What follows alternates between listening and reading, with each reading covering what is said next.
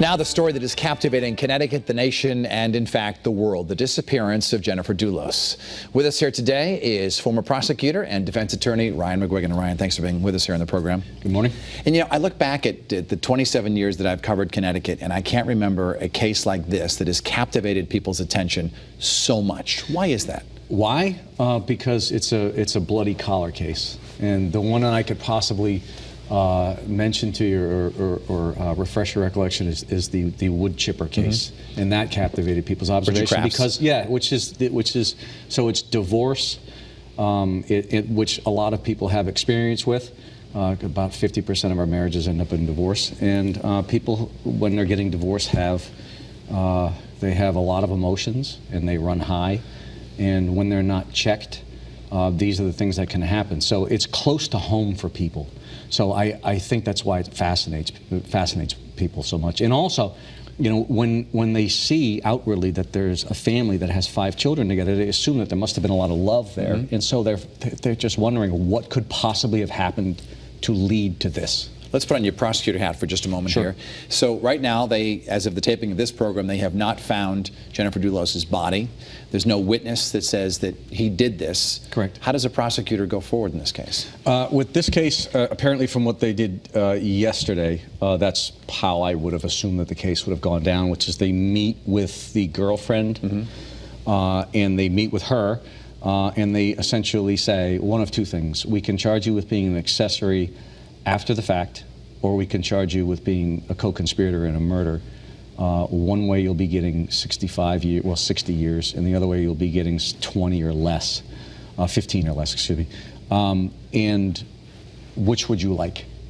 And so you squeeze one of the co-conspirators to flip on the other one, which probably is what's going to happen. She has experienced counsel, and I've known Andy for years, and so I would assume that that's what happened. Can you get a conviction without a body?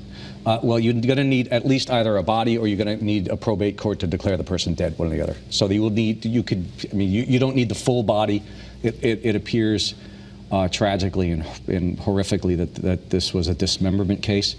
So if you could just get one piece of it, even hair, can be presented to a probate court with other evidence, of course, and a probate judge can declare them dead. And you say dismemberment because of all the blood splatters at the scene? The scene, and also it was reported by people in the area of one of the homes that they heard loud banging, like metallic banging, and that could be consistent with. And then you had 30 bags of evidence being dropped off in particular areas, so that would indicate that there was some sort of dismemberment. And they have not yet put him at the scene because his phone was not with him or off at the time, correct? It looks like that he did not bring his phone with him from Farmington to New Canaan, but when he was back in the Farmington area, he picked up his phone again, and then he used his phone or had it on him when he drove to Albany Avenue to drop off the evidence. Can that be an obstacle for prosecutors? It can be, but no, there's other circumstantial evidence. Once you put him at the scene on a video camera, dropping off pieces of a body, then you have your case. Let's switch to your defense mode for a second. So there's no body right now. There's no confession that we know of. And how do you defend this person when he was caught on video with these bags with her blood on it? Sure. What's in the bags? Clothing, they say? They Evidence? say. Sponges? Where do they have? Where are the bags? Where's the body? Where are the where's the solid smoking gun evidence? You don't have any. And so, but that's not going to be presented. That won't be. You won't be able to discuss that till you get to a trial. So that's where this is going to go, one way or the other.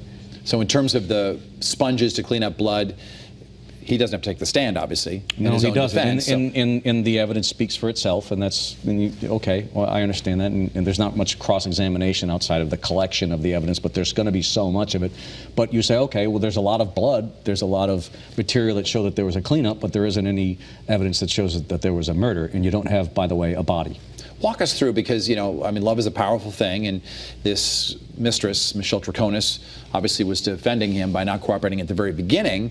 Now they believe that she is starting to cooperate. How does that take shape? Well, when I looked at the case, my initial first glance conclusion was that he probably murdered his wife, and then he probably either dismembered or got rid of her body somehow, and then brought her in, the girlfriend, and said, "Look, this happened. It was a mistake. I couldn't help myself. She hit me, and then I hit her back, and then she was dead." So that would be an accessory after the fact, when she's helping him clean it up. But the trouble with the case going to be for the defense is, or her defense attorney is, how did the car get to the park? And who drove the second car from the park back to Farmington? Who went from the wife's house to the car, that means to the park? Who followed behind, picked him up when they dropped the car off and went back? And it suggests only one person was involved in doing that. Very briefly, you had a lot of criminals as your defendants. Put us in that person's mind for a second. After Jennifer Dulos was murdered, why do you think they did what they did? Panic. Acute, like, in terms of dismemberment and drive to the North End? I think that was planned out, just not well planned out. He is a exceptionally bright person. I believe that he went to Columbia, so he's educated. But the trouble is that nobody has any experience normally in murder, and these people don't seem to have any experience. But it seems as though that they planned this out as best they could. It's just not good enough. Made some mistakes, and that's what usually leads to That's what happened with the cell phone being brought to Albany Avenue. That was a fortuitous mistake for the state. Ryan McGuigan, former prosecutor with Ryan McGuigan, and now you're a defense attorney with Ryan McGuigan. We thank you very much for being here in the program. Thank you very much. It's a fascinating case. We have the very latest on our website right now and tonight on the news with Kevin Hogan. We thank you so much for watching this Sunday. Have a great day, everybody.